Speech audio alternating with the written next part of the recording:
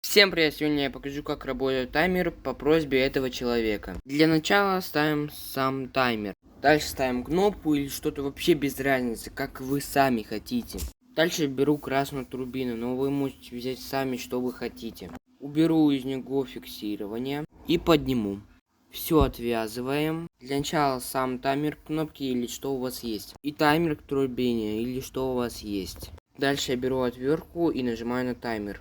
И самое нижнее это время, то есть когда она заработает. И даже можно 0,1. Максимум же 10 секунд. Я, например, поставлю 3 секунды. Нажимаем и ждем 3 секунды. Вот и все, это очень просто. Если появились вопросы, пишите в комментариях. Также мне будет приятно, если вы поставите лайк, а то видео и так маленькое получилось. Если вы хотите еще по некоторым вещам инструкцию, пишите в комментариях. Подписывайтесь на мой телеграм-канал и не забывайте обо мне. Пока.